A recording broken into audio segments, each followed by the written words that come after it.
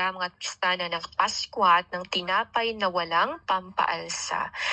At ang mga punong pari at mga tagapagturo ng kautusan ay patuloy na naghahanap ng paraan upang maipadakip si Jesus ng palihim at maipapatay. Ito yung ginagawa ni Satan ngayon.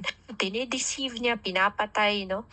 Anong hindi pa nangyari ang pandemic, guys, ay talagang ginagawa ng pinaplano ng maigi ng kaaway na hindi talaga sila mabulyaso, hindi sila ma-fail sa kanilang plano. Kasi nga si Satan is considered as highly intelligent dito sa mundo. Kaya kapag siya'y nagplano, hindi talaga siya papayag na siya'y mag-fail.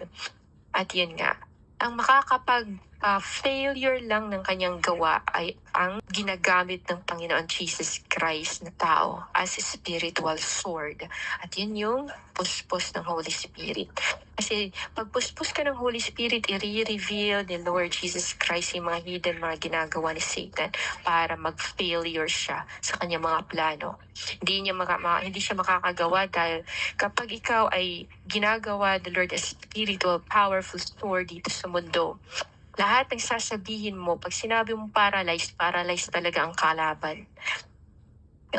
Paralyzed, wala silang magagawa. Pag sinabi mong mag-speak ka ng healing, talagang healing.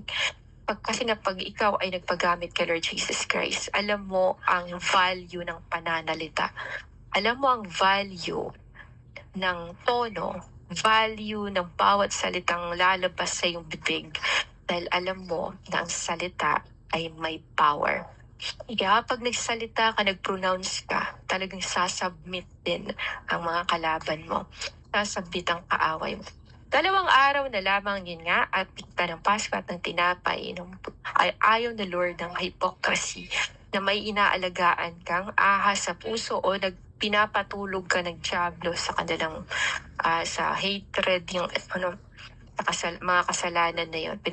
Ayaw na Lord Jesus Christ, yun yung pampaalsa sa buhay ng tao. No, at yun. So yan nga, ang mga punong pari at mga naghahanap sila ng mai-accuse kay Satan. So ganun din si Satan. Naghahanap siya ng ways to accuse us. Kung anong ginagawa niya kay Josue, kung anong ginagawa niya kay Lord Jesus Christ, ganun din ang ginagawa niya sa atin. Inaakusahan tayo, kaya minsan nakakaramdam tayo na parang guilty tayo. Parang nagkasala ako kasi inaakusahan ka na ni Satan. Pero pag hindi mo siya entertain at nag-repent ka agad, Lord, kung may kasala man ako, patawarin niyo po ako. At kung inaakusahan ako ni Satanas, basakin niyo po siya. Tanggalin ang mga discomfort na binibigay niya. Ay patuloy naghahanap ng paraan upang maipadakip si Jesus ng palihim at maipapatay. Lihim tayong gustong patayin ni Satan. Kaya nga sila umaatake sa gabi. Kaya nga sila umaatake ng hindi namamalaya natin. Umaatake sila, guys, na bigla na lang.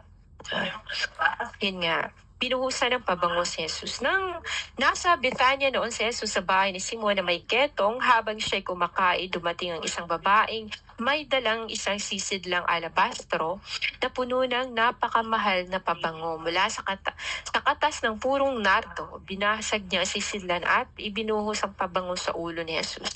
This is the first commandment. Na ang babaeng ito ay si Mary Magdalene. Pinapakita niya ang highest form of worship, highest form of respect, great reverence sa Panginoon Jesus Christ. Pinapakita niya yung lahat sa kanya, yung pinaka-the best. Ito yun, love God with all of your heart, mind, body, and soul. Ipinakita ito as example ni Mary Magdalene. At ang mga nakakita naman, yun nga, nagalit ang ilang naroroon at sila nag-usap-usap. Bakit niya inaksaya ang pabango? Diba? Ito na yung si Judas Iscariot. Kapag ikaw talaga you live by flesh, hindi kayo live by the spiritual things, ay talagang makakapagsapi ka ng mga ganong bagay. Manghihinayang ka sa mga bagay na nakikita. Bakit nga ba lumilingon yung asawa ni Lot? Kasi nanghihinayang, naku-curious, totoo ba to? Doubt din. Totoo ba to? Bakit kami umalis? Susunugin ba talaga? Something ganon? O baka may pinanghihinayangan siyang naiwan o mga tao doon o ano bang mga bagay. So bakit niya inaksaya ang pabango? Maaaring pagbili yun ng mahigit sa 300 salaping pilak at maibigay sa mga dukha ang pinagbilan. Kunwari, ibibigay sa dukha. Bakit kaya pinag-aaksayahan niya yan? Diba? Ba't pinag-aaksayahan? May mga taong pag nagbigay ka ng para sa church, sabihin mo, ay, pamemera lang yan. Diba? Hindi mo alam pala talaga si Lord Jesus Christ ang kumikilos. At pinaggalitan nila ang babae. Yun nga, dahil sila ay mukhang pera. Ngunit sinabi naman ni Jesus, bakit ninyo siya ginugulo? Pabayaan ninyo siya. Isang mabuting bagay ang ginawa niyang ito sa akin. No? Pinapakita niyang highest form of respect kay Lord Jesus Christ, the great reverence. Si Mary naman, ang kapatid ni Martha, ay nagpakita siya, guys, ng yung great love to listen kay Lord Jesus Christ. Worship pa din ang doon, guys. Obedient. So parang gano'n. Ginawa niyang kanyang makakaya, hindi pa may binuhusan na niya ng pabangong aking katawan.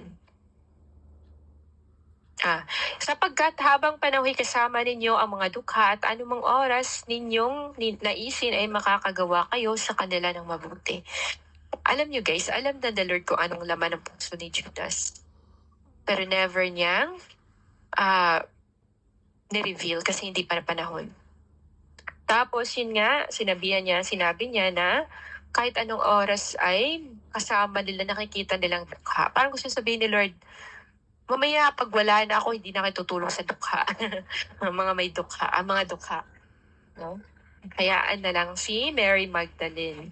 Ngunit ako hindi ninyo kasama habang panahon. Ginawa niya ang kanyang makakaya, di ba?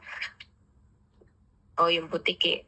So pag ginawa, yun nga guys, ang paglilingkod sa Diyos ay yung the best mo talaga. Yung gagawin mo yung pinaka-best mo para kay Lord. Yung makakaya hanggang sa makaya mo lang. Nakikita yun ni Lord Jesus Christ. At yun nga, ginawa niyang kanyang makakaya, hindi pa may binuhusan na niya ng pabango ang aking katawan bilang paghahanda sa paglilibing sa akin. No? Paghahanda sa great suffering ni Lord Jesus Christ na kanyang tatahakin. Kaya paa ang nilagyan at hindi ulo. Tandaan ninyo saan man sa mundong buong mundo ipangaral ang magandang balita, ang ginawa ng babae ito ay papahayag bilang pag-alala sa kanya. So kung ganun na may great love ka kay Lord Jesus Christ, great reverence kay Lord, talagang paparangalan din ang iyong pangalan. Magiging bantog ka din. Katulad nila Abraham, Isaac, Jacob at iba pang propeta. Si Judas Iscariote na kabilang sa 12 ay pumunta sa mga punong pare upang ipagkanulo si Jesus. So dahil sa pera, kaya ang tao ay nawawala. Dahil sa pera, naguguluhan ng taong maging loyal. Dahil sa pera, nakakagawa ng mali. Ipinagbili yung relationship mo sa yung kapwa para lang sa pera. Yung ipagkanulo mo siya para lang sa pera, ipagkanulo mo yung buhay niya kapalit yung pera. No? Parang ikaw na talaga yung pinaka masahol pa sa unbelievers. Unang araw ng pista ng tinapay na walang pampaalsa, araw ng paghahain ng korderong pampaskwa. Tinanong ni Jesus ang kanyang mga alagad, saan po ninyo nais na maghanda kami ng hapunang pampaskwa? No? Talagang, lagi nilang tinatanong si Lord kung anong gagawin nila. Hindi sila basta-bastang gumagawa ng sarili, gumagawa ng gusto lang nila o gumagawa ng mga bagay na hindi involved si Lord. Talagang tinatanong nila si Lord, saan po ninyo nais na maghanda kami ng hapunan pampaskwa? Inutusan niya ang 2 sa kanyang mga alagad. Pumunta kayo sa bayan at may masasalubong kayong isang lalaking may dalang banga ng tubig. No? Kasi nga, maganda talaga na si Lord lagi ang tanungin, Lord, ano po bang bibilin ko, Lord? Pupunta po ako ng lugar, magmuna ka po doon, Lord Jesus Christ, Yeshua Mashiach, ganito, ganyan. Maganda talaga may address na pangalan, Jesus Christ. Naka-address na pangalan, Jesus Christ. Sundan ninyo siya sundan ninyo siya sa bahay na kanyang papasukan at sabihin ninyo na sa may-ari, ipinapatanong po ng guro kung mayroon kayong silid na maaring magamit niya at ng kanyang mga alagad para sa hapunang pampaskwa. At ituturo niya sa inyo ang isang malaking silid sa itaas na mayroon ng kagamitan. Doon kayo maghanda para sa atin. So si Lord talaga ang future. Guys, hindi ba ito dapat, dapat nakikita ito ng mga tao, no? Na yung mga naniniwala na si Lord ay tao lang. Dapat nababasa nila ito na, at kaya alam ni Lord Jesus Christ yun? Hindi naman niya napuntahan, no? Hindi naman sinabi din ang pangalan ng lalaki. Mga ganun. Pero talaga nakikita niya yung future. Nakikita ng Lord Jesus Christ yung future na yun. Dati gusto kong mag-share sa isang organization.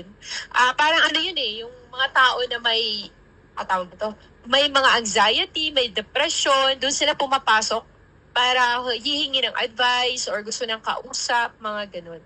So, pumapasok ako doon. Tapos tinatanong ko si Lord, gusto mo ba akong pumasok o mag-share doon sa organization na yun? Kasi sinabihan ako na, hindi ka ready. Ginaganon ako ni Lord, hindi ka ready. So, after nagbigay si Lord ng instruction na hindi pa ako pwede sa ganon, kaya nag-leave, umalis ako, hindi ko tinuloy din yung application na yon. Kasi may message na ako ng pinaka-head ng organization na yon na papasok ka ba? Kasi nabasa yung testimony ko, guys. Kaya sinasabihan ako na gusto mo, Aileen, naghihintay ako sa response mo, ganito, ganyan. Ganon, naghihintay talaga siya. Nabasa yung testimony ko para tumulong. Nag-volunteer ako doon. Pero sinabihan ako ni Lord, hindi ka ready.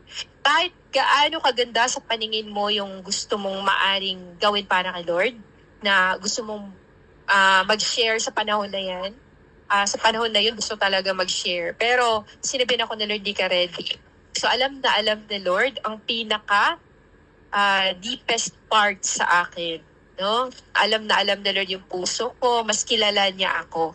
No, na akala ko ready na ako para mag-share dahil madami na ako nalalaman, pero sinabihan ako hindi ka ready. 'Di ba? Madami mga tao iniisip nila magaling na sila dahil nakapag-Bible nakapagtapos sila na sa Bible school, no? Na nagiging pastor na sila, magaling na something ganon, or mga church leaders. Akala nila na sa lahat ng bagay pwede. Okay yan, yung mga plano. Ayan. Pero nagulat ako sinabi ng Lord. Kasi pang-share din naman yun sa salita ng Lord Jesus Christ. Pero ang sabi talaga ng Lord, hindi ka pa ready. No? Tutuusin na kailang, di ba? Madami nang nalalaman, na gano'n, sinishare ni Lord. Pero yun yung sinabi. So mas kilala tayo ni Lord kaysa sa kilala natin sarili natin. Mas kilala tayo ni Lord Jesus Christ at mas alam niya ang future natin. Tayo, guys, hindi natin nakikita kung anong maaaring mangyari sa hinaharap. Pero si Lord, nagbigay na siya ng instruction, di ba? Very clear pa. And very order. Nagpunta nga sa bayan ng mga alagad at natagpuan nila roon ang lahat. Gaya ng sinabi ni Jesus sa kanila, o di ba?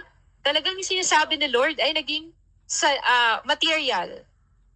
No? Naging material.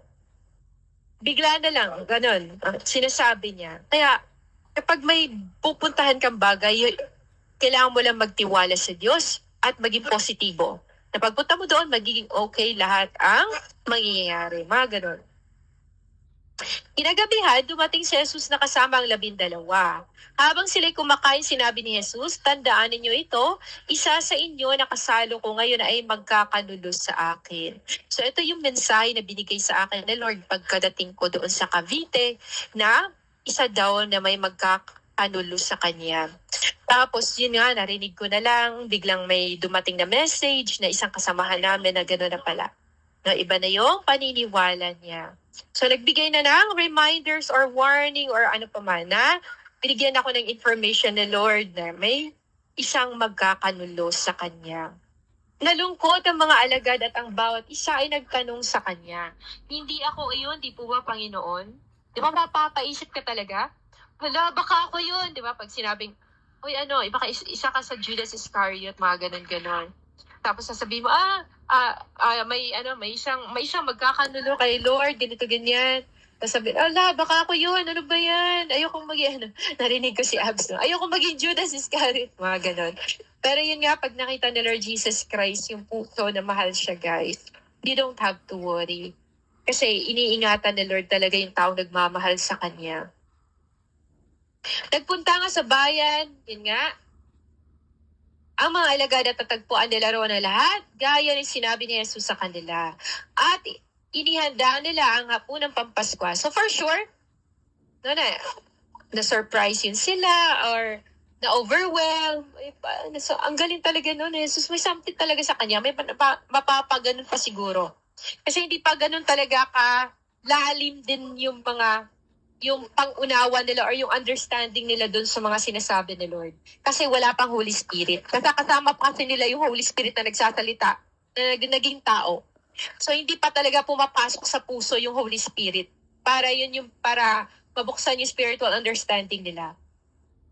Kinagabihan, dumating si Jesus sa kasamang 12. Habang sila kumakain, yun nga, bumalik pala ako. So, may magkanulo daw sa kanya. Nalungkot ang mga alagad dahil sa narinig nila, syempre. Sumagot siya, isa sa inyong 12 na kasabay ko sa pagsawsaw ng tinapay na sa mangkok. Yun nga, isa siya sa inyong 12 na kasabay ko sa pagsawsaw ng tinapay sa mangkok. So talaga specific si Lord, no? Papa na ang anak ng tao ayon sa nasusulat tungkol sa kanya. Subalit kahabag-habag ang taong magkakanulo sa kanya. Ibig sabihin, nakakaawa ang mga taong ipagkanulo si Lord Jesus Christ. Tawag ito, yung i-give up mo sa Lord, no? Dahil sa fake na information na naririnig mo, yung i-give up mo yung truth na meron ka na, yung full truth na meron ka na, para lang ipasok yung fake na information na yun. Mabuti pa sa taong iyon na hindi na siya ipinanganak, no? Ang banal na hapunan ng Panginoon. Ito, guys. So, mas maganda na yung mga nawala, yung mga galing sa katotohanan tapos nabulag ulit, mahirapan silang makakita ulit, guys, kasi mas gagawin ng lahat ni Satan para hindi sila makakita ulit. Habang kumakain sila, si Jesus ay dumampot ng tinapay at nagpapasalamat sa Diyos. Pagkatapos kanyang pinaghati-hati ang tinapay at iniabot sa mga alagad. Sinabi niya, kunin ninyo ito. Ito ang aking katawan. Dumampot din siya ng kopa at matapos magpasalamat sa Diyos, ay iniabot din niya yon sa mga alagad at umiinom silang lahat. O napapansin ninyo, guys, ang ipinakita ni Lord na paghati-hati ng tinapay na yon, guys, yung sarili niya, yung Holy Spirit na yon, yung tinapay na in the future din ay mananahanan, papasok sa katawan nila, na ibibigay niya sa mga apostoles niya.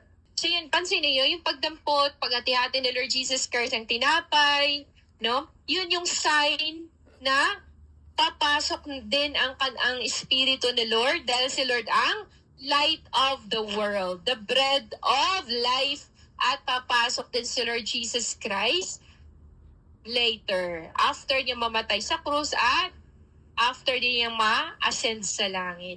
So, ipinapakita na dito ni Lord na binibigyan niya ng kapangyarihan ng mga tao. Yung mga apostoles na yon, binibigyan niya ng authority. No? Talagang siya mismo nagbigay ng kapira-pirasong tinapay. Ibig sabihin, ito po yung sinabi ko na binigyan tayo ng a piece of spirit, a piece of Holy Spirit ni Lord Jesus Christ. No? Para din makaintindi tayo sa kung anong gustong iparating sa atin ni Lord, para may connection tayo kay Lord. At ganun din ang nangyayari, guys, sa panahon ni Moses. Binigyan ng a piece of the Holy Spirit ni Lord ang 70 kataong pinili bawat tribo na yon. At nakakapag-prophesy, speaking in tongues sila. Ganun yung binibigay ng Holy Spirit ni Lord Jesus Christ. At sinabi naman niya, dumampot din siya ng kopa at matapos magpasalamat sa Diyos ay iniabot din niya ito sa mga alagad at umiinom silang lahat. Ibig sabihin po ng kopa ay kopa ng covenant nila na hanggang sa huli or kahit sa suffering nila ay talagang mananatili sila sa Diyos. A promise, parang ganon. Dumampot din nga, sinabi niya, ito ang aking dugo, pinapagtibay nito ang tipa ng Diyos. Ang aking dugo ay mabubuhos para sa marami. Tandaan ninyo, hindi na ako muling iinom pa ng katas ng ubas hanggang sa araw na inumin kong panibago sa kaharian ng Diyos. No? Ibig sabihin, hindi na ulit mangyayari yung suffering na pinagdaanan ng Lord. Umawit sila ng isang himno at pagkatapos ay nagpunta sila sa bundok ng mga olibo. No? Nagkantahan sila, nag-praise and worship.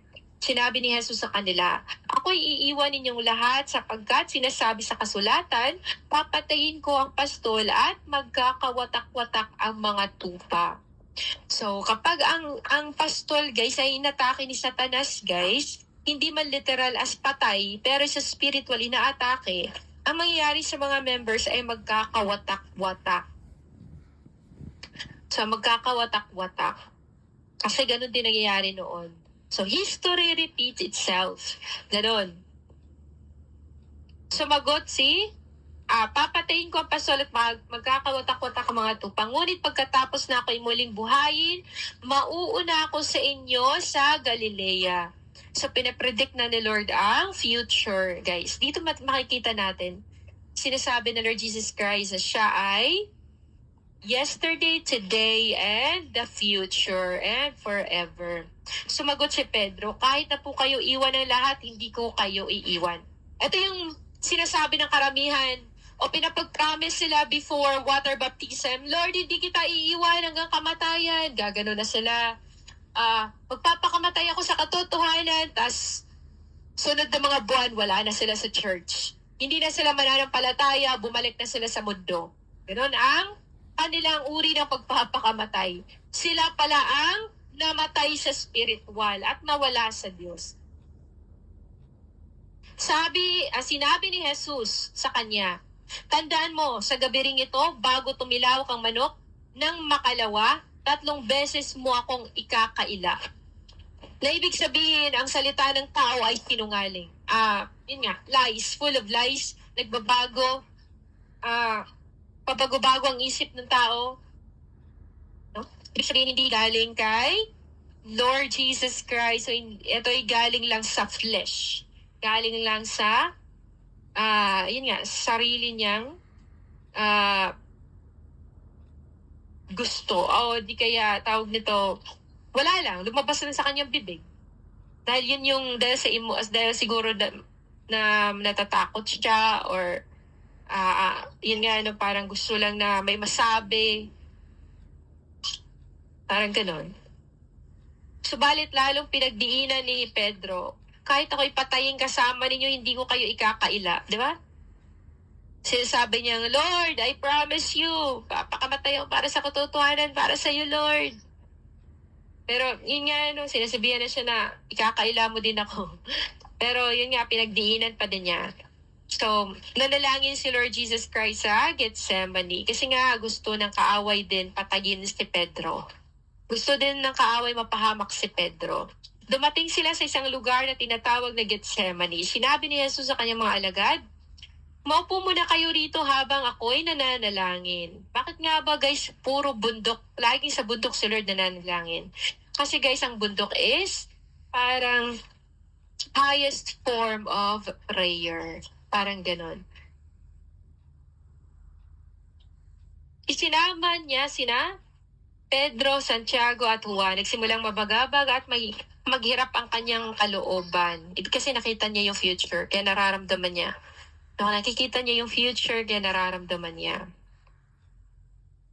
Nagsimulang mabagabag at maghirap ang kanyang kalooban. Sinabi niya sa kanila, ang puso ko'y labis na nalulungkot at ako'y halos mamatay na.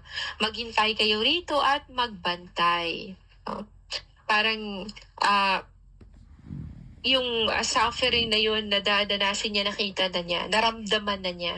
No, kasi nga future siya, guys. So, nasa present siya, pero nasa future din siya. Kaya nararamdaman niya yung suffering na yun, kahit hindi pa siya pinako. At yun, gusto niya magbantay, pero yun nga, lumayo siya ng konti at pagkatapos ay nagpatira pa upang manalangin na kung maaari wag nang sumapit sa kanya ang oras ng paghihirap. At sinapit na niya sa future yung suffering na yun. Diba? Pansinin niyo guys. Lumayo siya ng kaunti at pagkatapos ay nagpatira pa upang manalangin na kung maaari huwag nang sumapit sa kanya ang oras ng paghihirap. Kasi nasa future siya ay nasa yesterday, siya din ang present, siya din ang future. So pinagdaanan na niya sa future. No? At illiteral pa talaga ang mangyayari sa kanya sa present. So yun yung yun yung ipinapanalangin niya. Nanalangin siya. Father, magagawa mo ang lahat ng bagay, alisin mo sa akin ang upa na ito, ay paghihirap na ito. Ngunit hindi ang kalooban ko, kundi ang kalooban mo ang masunod. Nagbalik siya at tinatnan niyang natutulog ang tatlong alagad. Sinabi niya kay Pedro, natulog ka ba, Simon? Hindi ka ba makapagbantay kahit isang oras man lamang? Hindi nakapagbantay si Simon dahil sa sobrang pagod din sa kalakad. No? Layo din ang mga nilakad nila. At yun, magbantay kayo at manalangin upang huwag kayong madaig na tukso. Sinasabi ito ni Lord Jesus Christ dahil sa maaaring mangyari kapag siya ay ipinagkanulo na nakikita niya siguro na kung hindi magdasal itong si Pedro ay mawawala siya kay Lord Jesus Christ. At nakikita din ni Lord na yun nga, hinihiling ang kamatayan, no, as kapalit para sa kalayaan ng mga tao para sa kaligtasan ng mga tao, yung kamatayan ni Lord Jesus Christ. Yun yung kapalit ng suffering ni Lord Jesus Christ, yung kalayaan ng mga tao, at hinihingi ito ng dyablo para pahirapan ang Diyos at para pagtawanan, no, para dadanak yung dugo. Yun nga, kapalit. Alam natin, nalalaman din natin na nagsisimula ang pagdanak ng dugo din doon sa impyerno, kung saan ay iniinom ng mga dyablo yung dugo ng mga biktima nila, mga na-deceive at napupuntang impyerno. So yun nga, muling tumayo si Jesus. Ayun, hindi ka ba makapagbantay kahit isang oras man lamang? Magbantay kayo at manalangin upang huwag kayong madaig ng tukso. Ang espiritu ay nakahanda, ngunit ang laman ay mahina. Kaya naintindihan talaga ni Lord Jesus Christ na ang sitwasyon ng tao. Wala siyang hindi naiintindihan dahil alam niya na kung sa spiritual growth lang talagang mabagal ang tao kasi in the flesh. At parang ginagabayan siya, hinihila ng banal na espiritu ng Lord, no? Talagang nililid siya kung ano dapat niyang gawin sa Holy Spirit ni Lord Jesus Christ, yung comforter at yung taga-guide sa tao, yung helper. Muling lumayo si Jesus upang manalangin at inulit niya ang kanyang kahilingan. So nagbalik siyang muli sa kanyang mga alagad at sila'y naratnan niyang natutulog dahil sila'y antok na antok. At hindi nila malaman kung ano ang kanilang isasagot sa kanya. So dito makikita natin yung weaknesses ng tao. Makikita din natin yung kaibahan ng kaibahan sa spiritual na bagay at yung sa physical. Ang laki talaga ng kaibahan pagdating sa spiritual na bagay. At yun nga, pinapakita din ni Lord Jesus Christ na ang tao ay makalimutin. Ang tao din ay pinapatulog ng kalaban. Kaya, si Lord ang taga-pukaw. Si Lord Jesus Christ taga-remind. So parang pinapakita din dito ni Lord Jesus Christ na ang tao ay matagal nang natulog, sobrang haba na yung pagkakahimlay ng tao at dumating nga ang Diyos mula sa langit at nagkatawang tao para pukawin ang tao. So yun yung nangyayari, nakikita natin ngayon na literal, na walang iba talagang magre-rebind ng tao na gumawa ng tama, kundi si Lord Jesus Christ lang. Walang iba din talagang magre-remind o para protektahan ng tao, para maprotektahan ng tao, kundi si Lord Jesus Christ lang din, si Yeshua HaMashiach. So yun nga, muling lumayo si Jesus upang manalangin at inulit niya kanyang kahilingan. Nagbalik siyang muli sa kanyang mga alagad at sila'y naratnan niyang natutulog dahil sila antok ng antok. At hindi nila malaman kung ano ang kanilang isasagot sa kanya. So ito din yung parang pinapakita din ni Lord kapag natutulog ka sa kasalanan at naabutan ka ng rapture, bigla pong umulog. So, naabutan ka ng rapture, hindi mo alam kung anong gagawin mo. At tulad na lang din nung naabutan pa din sila ni Lord na natutulog at hindi din nila alam kung anong isasagot nila kay Lord Jesus Christ. So, ganun din ang mangyayari kapag naabutan tayo ng rapture na hindi po tayo handa. Kasi hindi po natin alam kung anong gagawin natin. Kaya magpapanik, di ba? Yung mga tao magpapanik. Nasa bahay sila, pupuntang bundok, bababa kung nasa rooftop, no? Tapos kung ano-ano na lang ang ginagawa dahil hindi alam kung ano dapat gawin. So walang direksyon kasi nga hindi handa. So katulad din nila, tinatanong ni Lord sila Pedro, no? Sila Juan at Santiago, pero hindi nila alam kung anong isasagot nila dahil hindi sila handa. Hindi din sila sumusunod sa mga sinasabi ng Diyos. So hindi nagiging power ang salita ni Lord dahil walang obedience na nangyayari. So sa ikatlo niyang pagbabalik ay sinabi niya sa kanila, natutulog pa ba kayo at namamahinga? Diba? Nag-relax pa din kayo? Paisi-isi pa din ba kayo? Sabi niya ganun. Tama na, sapagkat dumating ng oras ng rapture o dumating ng oras ang anak ng tao ibigay sa kamay ng mga makasalanan. No? So kung dati dumating ang Panginoon para ibigay ang kanyang sarili, sa John 3 verse 16 to 21, no, para magpakamatay at para sa para malinisan ng kasalanan ng mga tao, ngayon naman magbabalik si Lord na kukunin niya ang kanya. So bumangon kayo, narito na ang magkakanulo sa akin. So hindi pa man niya nakita si Judas o ang mga soldiers, mga alipin ng mga Parisiyo, pero nag-predict na siya na andito na sila. Sabi niya, tama na, bumangon kayo, narito na ang magkakanulo sa akin. So yun nga, nagsasalita pa si Jesus nang dumating si Judas. Di ba? So, hindi pa niya nakita, pero nakikita, hindi pa niya, as in literal na nakarating na si Judas, pero nakikita na niya na parating na si Judas. O dumating na siya sa, kung titingnan natin sa future, nakikita na niya. Di ba? So, sabi niya, dumating na. Sabi niya gano'n. So, nagsasalita pa si Jesus na dumating si Judas na kabilang sa 12. May kasama siyang maraming tao na may dalang tabak at pamalo.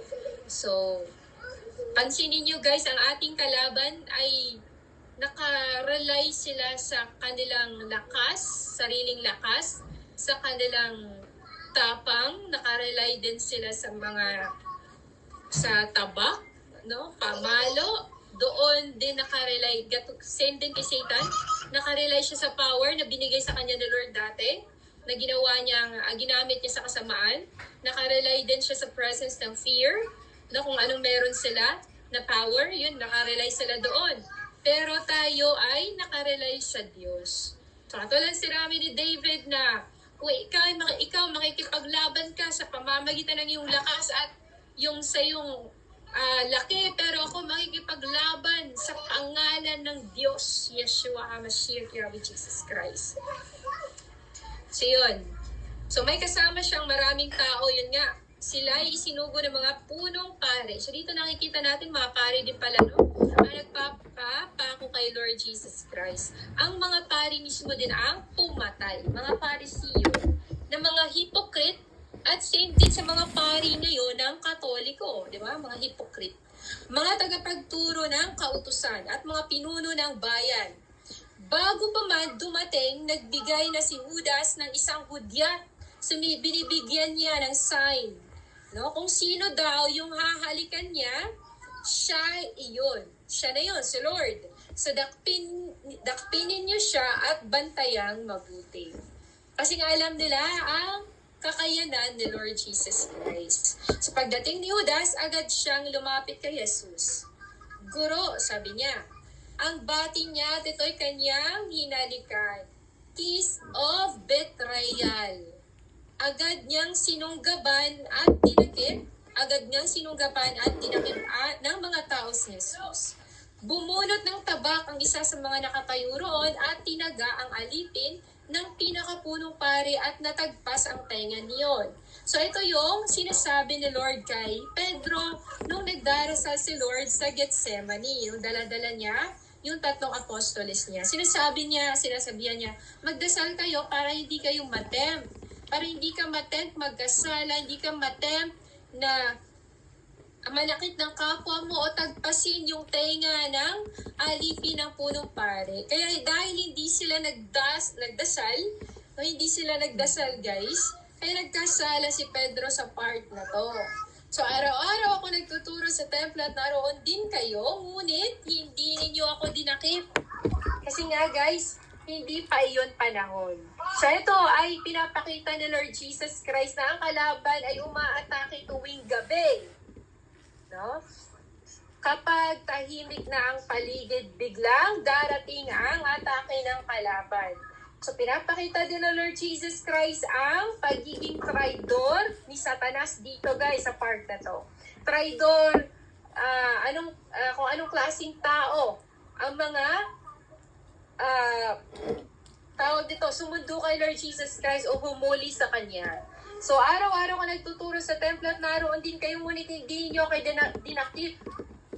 So, balit kailangan matupad ang sinasabi ng kasulatan. Tumakas ang lahat ng mga alagad at iniwan siya. So, yan nga, guys, pinapakita dito na unreliable ang tao. Pabagbago ang isip, traidor, sinungaling, di ba? Mas mahal ang darkness. Sikreto silang umaatake, sikreto nilang hinuhuli. Si Lord Jesus Christ. Pero kapag nakita nila doon sa templo na nagtuturo ay hindi man nilang hayagang hinuhuli. Dahil ayaw nila na sa katotohanan. Mas embrace nila yung darkness, yung lies. No, kaya ganun yung mga hypocrite, mga Pharisees, mga pare, no, yung mga ganun.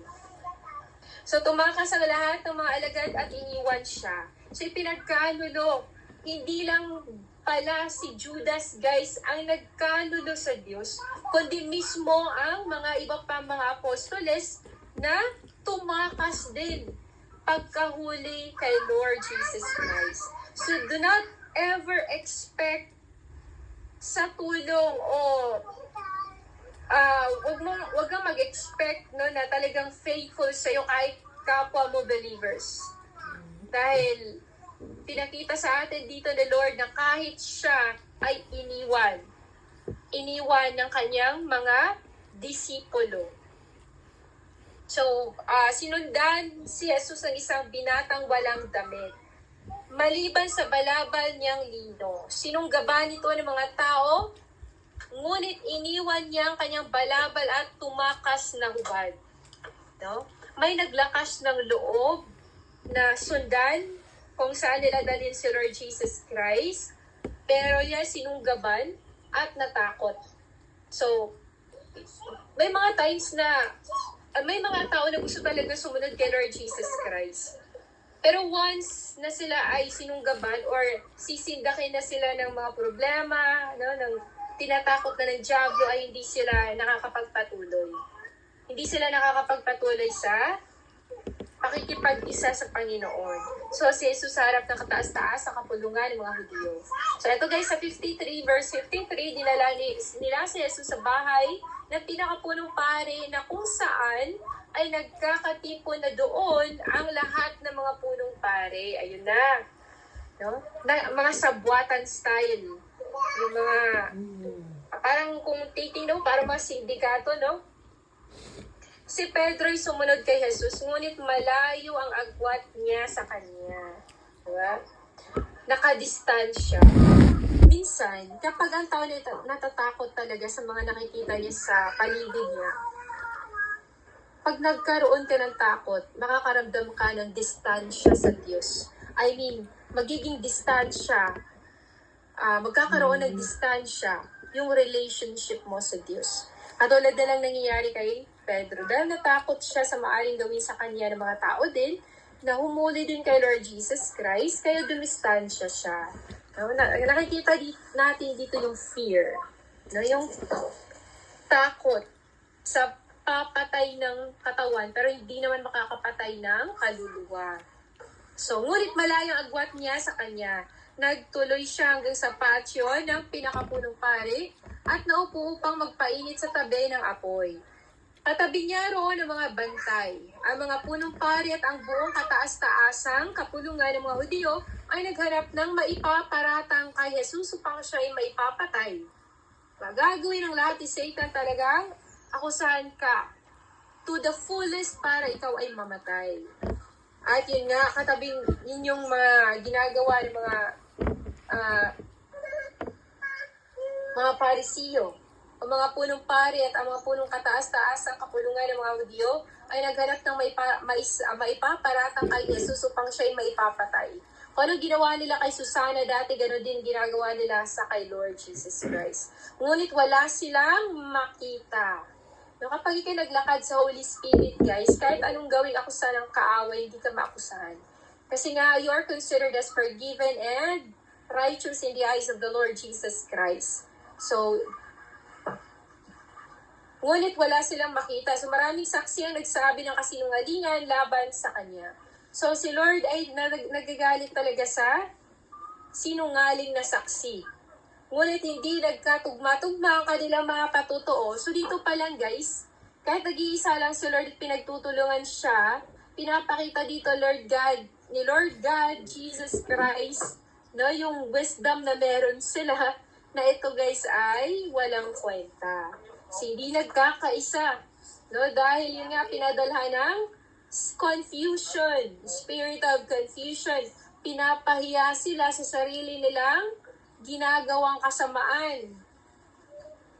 So may ilang sumaksi ng kasinungalingan laban sa kanya na nagsasabi, narinig namin sinabi ng taong iyan, gigibain kong templong ito na gawa ng tao at sa loob ng 3 araw ay magtatayo ko ng iba na di gawa ng tao. So gumagawa na sila ng istorya, no? Iniiba nila yung storya. Ngunit hindi rin nagkatugma-tugma ang kanilang mga patutuo. No? Yun nga. Ay, dito pala guys. Bumalik ako. Ngunit hindi umiimik si Jesus at hindi sumagot ng anuman. Nagiging meek and humble kahit pinaparatangan. Pero tayo guys, pag paratangan tayo, di ba? Talaga nagre-reason out tayo na hindi wala tayong kasalanan. Pero si Lord, pinaparatangan siya pero talagang tahimik, meek and humble si Lord Jesus Christ. Muli siyang tinanong ng pinakapunong pare, ikaw nga ba ang Kristo, ang anak ng kapuri-puri? Sabi niya gano'n, no? ng pinakapunong pare. Sumagot si Jesus, ako nga. Makikita ninyong anak ng tao na nakaupo sa kanan ng makapangyarihan at dumarating na sa mga ulap ng kalangitan. Pinulit ng pinakapunong pare ang kanyang kasuotan at sinabi, kailangan pa ba natin ng mga saksi? Narinig ninyo ang kanyang paglapastangan sa Diyos. Ano ang inyong pasya? Diba? Ginagawa nila talaga ng kasalanan si Lord Jesus Christ. At nagkaisa sila lahat na hatulan siya ng kamatayan.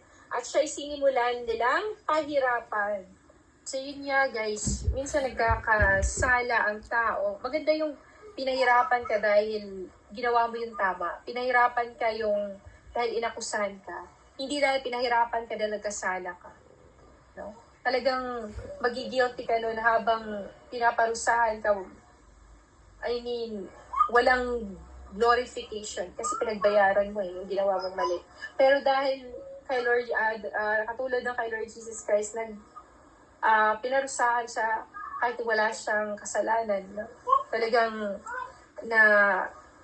nag-glorify ang banal na Espiritu, also Lord, ang Father God, Jesus Christ, Yeshua, siya pa din, bumabalik lang din ang kalwalhatian. Pinapakita niya dito, guys, yung ginagawa ng tao na mahilig mga akusa.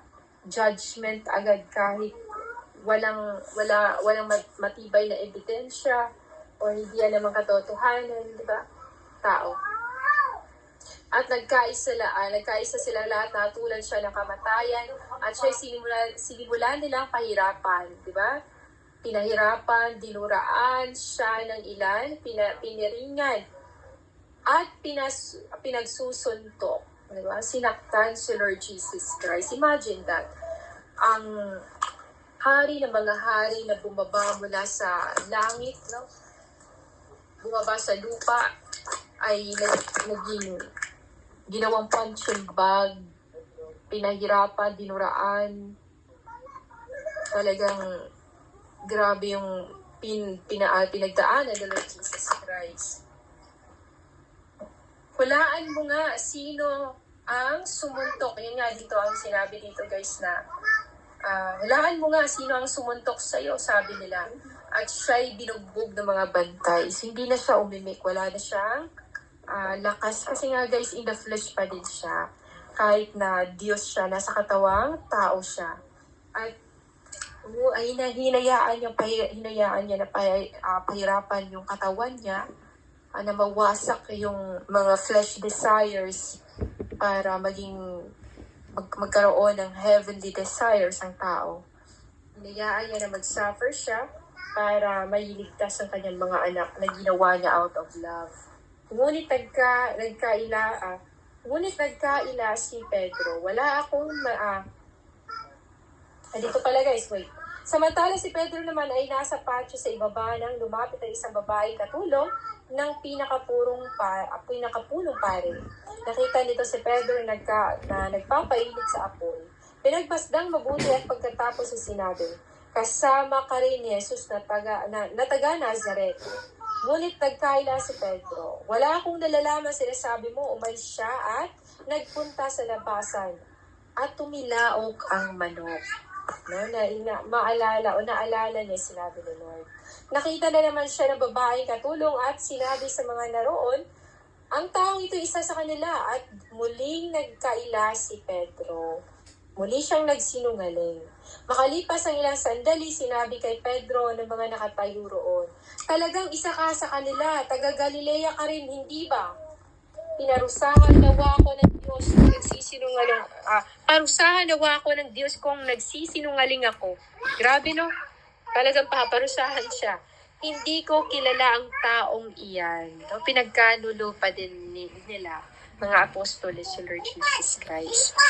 Kung napapansinin niyo, guys, sa 12 apostles ni Lord, may Thomas, di ba? May Thomas, may Pedro, may Judas. Pansinin niyo, guys. Kung sino pa yung mga mahal ni Lord, yun pa yung mas grabe, manakit ng damdamin niya. Napapansinin niyo, huwag na tayo magtaka kung ka-believers natin, gagawa din tayo ng ganyan. So yun nga, guys, no? Grabe pinagdaanan ni Lord Jesus Christ na nagsilayasan sila nung pagkahuli kay Lord. May gusto man tawag nito. May isang salita man si Pedro nung panahon na nag-promise siya. O di kaya may isang salita man siya dahil sinamahan niya. Pero makikita pa din natin, nagkasala pa din siya. Yung sinasabi niya nagiging lies. Kasi dahil nasindak siya sa takot. Natakot siya na baka yung sinasabi niyang kahit mamatay siya, no? Natakot siya baka mangyayari talaga sa kanya. Makaramdam siya ng gano'n. Ginawa yun ni Lord Jesus Christ para si Pedro ay hindi din mamatay. Kasi gagamitin siya. para sa kalwalhatian ni Lord Jesus Christ, para masaksihan niya yung suffering ni Lord, para masaksihan niya at magamit siya, yung nakita niya magiging testimony and message para sa iba. At pagkatapos nun, ay para manahanan din ang Holy Spirit na Lord at kung anong nangyari kay Lord, na walang tapang sa Lord na hinarap yung paghihirap na yon, ganoon din ang mangyayari sa kanyang mga alagad na may banal na Espiritu na Lord Jesus Christ, na gagawin niyang magiging matapang din sa panahon ng paghihirap. Kaya ganoon na lang ang mga nangyayari sa mga apostoles, kasi hindi talaga sila huminto o tumigil sa kaka-evangelize. Kasi hindi na sila ang gumagawa nun, kundi si Lord Jesus Christ na sa pamamagitan ng Holy Spirit ng Lord. Kasi kung tutuusin mo, hindi makakagawa ng gano'n ng tao. Diba? Pero nung time na yun, guys, nung nag-suffer na sila, nakaramdam pa din sila, doon na nila nararamdaman o doon na nila nakikita o naintindihan kung anong suffering na meron si Lord Jesus Christ. Yung mga panahong dinakip siya, sinasaktan, no? Kung ano yung sitwasyon sa kamay ng taong unbelievers, sa kamay ng taong walang Diyos, sa kamay ng taong violente. Diba? Doon nila naintindihan nung sila na mismo ang naka-experience. Pero syempre, ang mga nakakakita nun sa kanila, mga nangyayari sa kanila, yun na lang din ang nagsusulat. No? Sa mga pangyayari, kung anong buhay, mga buhay-buhay yun ng mga apostoles, yan na nasa New Testament. Mga testimony nila yun na sinusulat, tapos may iba pang nagsulat din after ng kanilang kamatayan. Sinasalin, yung mga sinasabi at mga sinusulat nila para mabasa in the future at para malaman ng mga susunod pa ng mga henerasyon